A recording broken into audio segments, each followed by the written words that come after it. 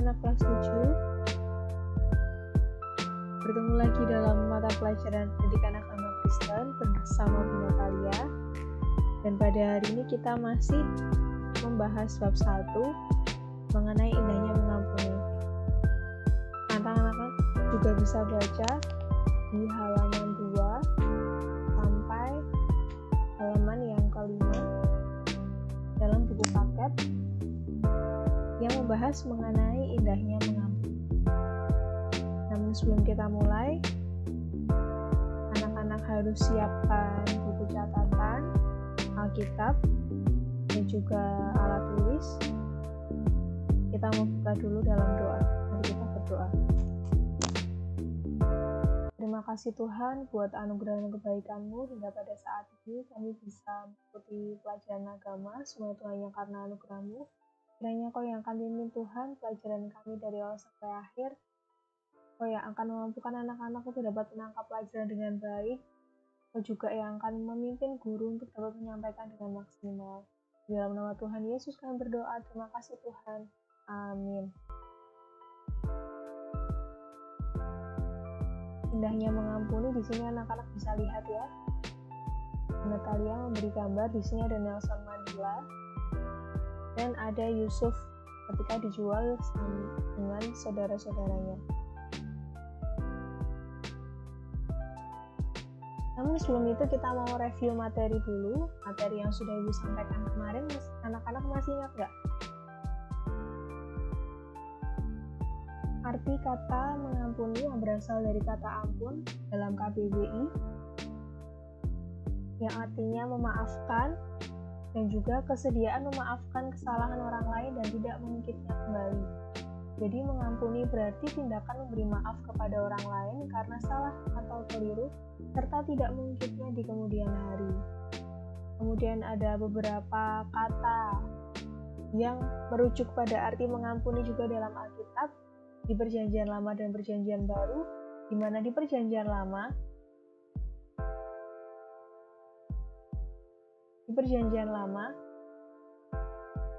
tertulis dalam bahasa Ibrani dan Perjanjian Baru tertulis dalam bahasa Yunani.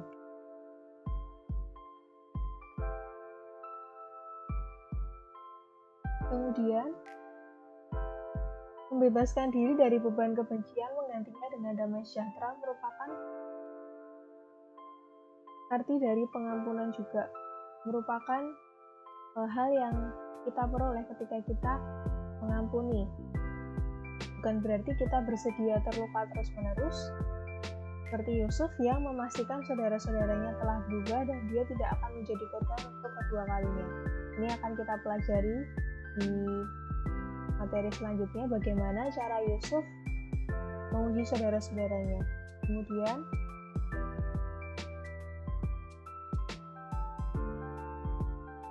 konsep dalam Perjanjian Baru, pengampunan itu terletak pada anugerah Allah yang telah mengorbankan dirinya di atas kayu salib untuk keselamatan manusia. Melalui pengampunan, manusia dapat memulihkan relasi antara Allah dan manusia, hubungan manusia dengan dirinya sendiri, dan hubungan manusia dengan sesamanya. Ini review sedikit dari materi kita selanjutnya. Sebelumnya, kita lanjut. Di sini ada tokoh yang bisa kita contoh dalam hal mengampuni, yaitu Nelson Mandela. Contoh nyata. Nelson adalah seorang tokoh pejuang kaum kulit hitam di Afrika Selatan yang ditindas dan diperlakukan secara tidak adil karena politik apartheid. Anak-anak pernah dengar politik apartheid belum? Politik apartheid ini adalah politik yang membedakan kulit hitam dengan kulit putih, di mana kulit putih akan mendapatkan perlakuan yang istimewa atau mendapat perlakuan yang lebih baik dibandingkan kulit hitam. Orang-orang kulit hitam diperlakukan dengan tidak baik. Mereka dianggap sebagai ras yang tidak baik, ras yang dikesampingkan. Itulah yang terjadi pada zaman politik apartheid. Tapi bersyukurlah pada saat terjadinya politik apartheid ada beberapa tokoh yang memperjuangkan hak para kaum kulit hitam karena tidak seharusnya setiap manusia dibedakan hak asasinya hanya karena ras atau warna kulit. Selain Martin Luther, kalau anak-anak mungkin pada waktu SD pernah mempelajari tentang Martin Luther, di sini juga ada tokoh lain yaitu Nelson Mandela. Demi memperjuangkan kaumnya, ia dipenjara lebih dari 20 tahun. Anak-anak bisa bayangkan bagaimana rasanya dipenjara lebih dari 20 tahun. Setelah ia dibebaskan dari penjara, Nelson memenangkan pemilu dan menjadi presiden di Afrika Selatan. Orang pertama yang diundang untuk makan malam bersamanya adalah kepala penjara. Padahal, selama ia di penjara, sang kepala penjara banyak merugikannya. Ketika para wartawan bertanya, "Mengapa Anda memberi prioritas pada kepala penjara yang sering menyakiti Anda?" Mandela menjawab, "Kamu harus terlebih dahulu mengampuni seseorang yang berada di dekatmu dan paling banyak menyakitimu. Jika kamu mampu melakukannya, kamu dapat mengampuni semua orang yang melakukan kejahatan kepadamu." Mengampuni berarti membebaskan dirimu dari kebencian dan membiarkan perasaan damai menguasai hatimu. Nah, luar biasa bukan salah satu tokoh ini? Salah satu mantan presiden di Afrika Selatan yang memiliki hati yang mengampuni luar biasa. Dan kata-katanya di sini benar banget ya. Kalau kita bisa mengampuni orang terdekat yang seringkali menyakiti kita, maka kita juga bisa mengampuni orang-orang lain yang melakukan kejahatan terhadap diri. Kemudian ada tokoh lain lagi. Jika dirunut, selalu ada hubungan sebab akibat dalam rusaknya sebuah hubungan yang berakhir dengan pertengkaran dan kebencian juga dendam. Jika kita bersikap objektif, kita akan menemukan bahwa kedua belah pihak turut menyebabkan rusaknya sebuah hubungan.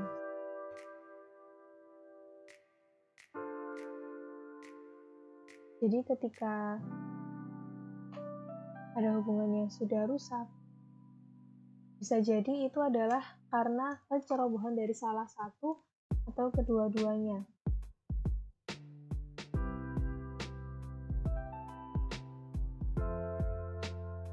Kemudian tokoh selanjutnya yaitu Yusuf. Dalam kisah Yusuf dan saudara-saudaranya, ia sadar bahwa dahulu ayahnya terlalu mencintai dan mengistimewakan dirinya. Dan dari sini anak-anak bisa menangkap yang memicu pertengkaran atau dendam yang terjadi di antara saudara-saudara Yusuf adalah karena mereka merasa Yusuf itu terlalu dicintai oleh ayahnya. Jadi saudara-saudaranya merasa iri. Seperti yang dikatakan tadi, pasti ada pemicu di dalam setiap pertengkaran atau kebencian. Hal tersebut menyebabkan mereka iri hati dan membencinya. Wujud dari kebencian itu, mereka menjualnya sebagai budak. Jadi kalau anak-anak baca di kisahnya Yusuf, saudara-saudaranya ini sempat berdiskusi, Yusuf ini mau diapakan? Akhirnya Yusuf ini dijual sebagai budak. Namun dia tidak membenci mereka, dan ini luar biasanya. Tetapi Yusuf juga tidak secara otomatis mengampuni mereka. Dia menguji mereka dengan cara menyelipkan piala ke dalam karung adik yang paling kecil. Jadi selain Yusuf itu mengampuni, Yusuf itu juga menguji mereka, menguji saudara-saudaranya. Tapi kalaupun saudara-saudaranya mungkin pada saat itu tidak lolos ya, dari ujian yang dilakukan oleh Yusuf, pasti Yusuf pun juga tetap mengampuni mereka. Yusuf ingin menguji saudara-saudaranya apakah mereka telah berubah, atau mereka akan mengorbankan adiknya seperti dahulu ketika mereka membenci dan menjualnya sebagai budak. Jadi ceritanya, Ibu berharap anak-anak masih ingat sebagian ceritanya. Jadi pada saat itu Firaun bermimpi dan ternyata Yusuf mengartikan mimpinya akan terjadi 7 tahun kelimpahan, kemudian 7 tahun kelaparan. Nah, pada saat 7 tahun kelimpahan ini, Yusuf itu mengumpulkan bahan-bahan makanan yang dipersiapkan untuk 7 tahun kekurangan. Karena Yusuf pada saat itu dipilih sebagai salah satu tangan kanan dari Raja Firaun. Setelah 7 tahun kelimpahan, terjadilah 7 tahun kekurangan. Nah, Mesir ini masih memiliki persediaan oleh karena hikmat yang Tuhan taruh dalam diri Yusuf sebagai tangan kanan Firaun. Pada saat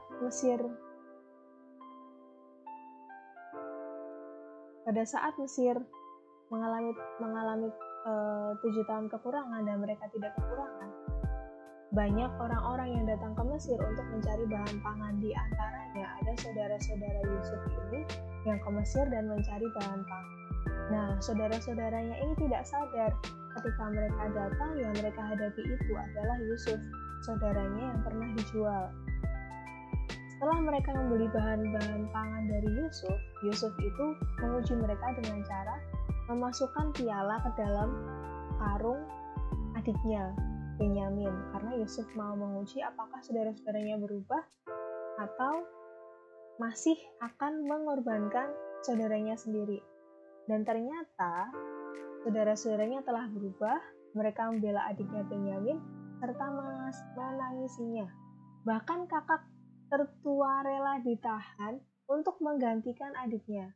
Melalui hal itu, Yusuf mengetahui bahwa kini saudara-saudaranya telah berubah, dan karena itu, dia menyatakan dirinya pada mereka dan memaafkan mereka. Bersyukurnya pada saat itu, saudara-saudaranya sudah berubah. Tapi, kalaupun saudara-saudaranya tidak berubah seperti yang Ibu katakan sebelumnya tadi, Yusuf pasti juga tetap mengampuni mereka. Jadi, pengampunan yang kita berikan pada seseorang hendaknya lahir dari niat baik dan ketulusan hati kita. Yusuf pada dasarnya memiliki hati yang pemaaf. Sejak dia melihat mereka, dia sudah berupaya menciptakan pemulihan hubungan persaudaraan mereka. Sangat penting untuk menghubungkan pengampunan dengan memulihkan hubungan. Jika kita mengampuni seseorang, sebaiknya jangan hanya sekedar mengampuni, tetapi juga berupaya memulihkan hubungan kita dengan orang itu.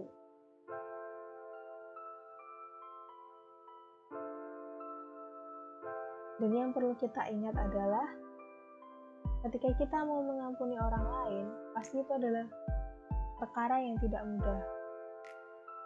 Pasti itu adalah perkara yang tidak mudah. Oleh karena itu, hendaknya kita jangan mengandalkan diri sendiri karena pasti akan sulit. Kita harus minta pada Tuhan agar dapat membantu kita mengampuni orang lain dan juga bersedia memohon maaf pada orang lain ketika kita juga melakukan kesalahan. Jadi ketika kita tidak mampu mengampuni orang lain, kita berdoa sama Tuhan, minta kekuatan pada Tuhan untuk mampu mengampuni orang tersebut. Meskipun tidak bisa langsung, tapi hendaknya di dalam setiap doa kita berusaha untuk terus-menerus memiliki hati yang mengampuni, seperti Tuhan yang telah mengampuni diri kita, seberdosa apapun kita, sesalah apapun, dan semengecewakan apapun kita, Tuhan tetap mengampuni kita. Oleh karena itu, kita juga harus mengampuni orang lain. Dan ketika kita tidak mampu, Tuhan pasti akan memampukan kita ketika kita memohon kekuatan padanya. Begitu juga ketika kita melakukan kesalahan dan kita merasa tidak mampu untuk minta maaf, kita juga harus minta kekuatan pada Tuhan supaya kita mampu meminta maaf kepada orang yang telah kita sakiti. Seperti itu. Nah, ini Allah adalah pelaku utama dan utama penyelamatan manusia berdosa. Penyelamatan manusia berdosa dalam bentuk pengampunan dari Allah menunjukkan bahwa Allah mengasihi manusia, berbelas kasihan dan peduli kepada manusia.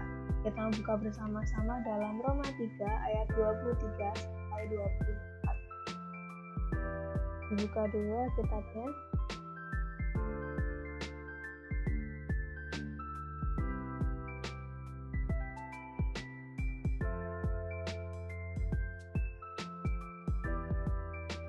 Roma 3 ayat 23 sampai 24.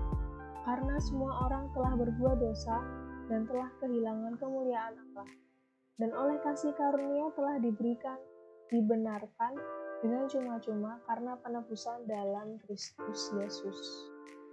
Ini adalah bentuk belas kasihan Allah pada manusia berdosa. Dalam sejarah iman, mulai dari Adam, Abraham, Ishak, Yakub, para hakim, para raja, nabi, sampai kepada Yesus Kristus, merupakan bukti nyata bagaimana Allah menyatakan kasih karunia-Nya. Allah menghampiri manusia berdosa agar manusia memperoleh pendamaian dan keselamatan. Oleh karena kasih karunia Allah inilah, manusia yang jatuh dalam dosa memperoleh Allah Maha Pengampun karena kasih-Nya lebih besar dari dosa manusia.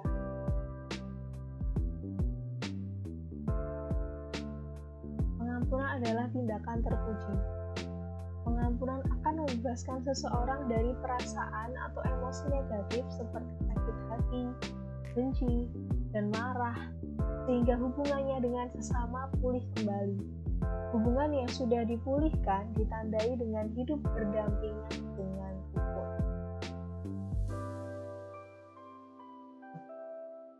Jadi sampai di situ saja pertemuan kita pada hari ini. Terima kasih. Anak-anak harus buka kolom tugas siswa pada LMS, ada tugas yang harus dikerjakan.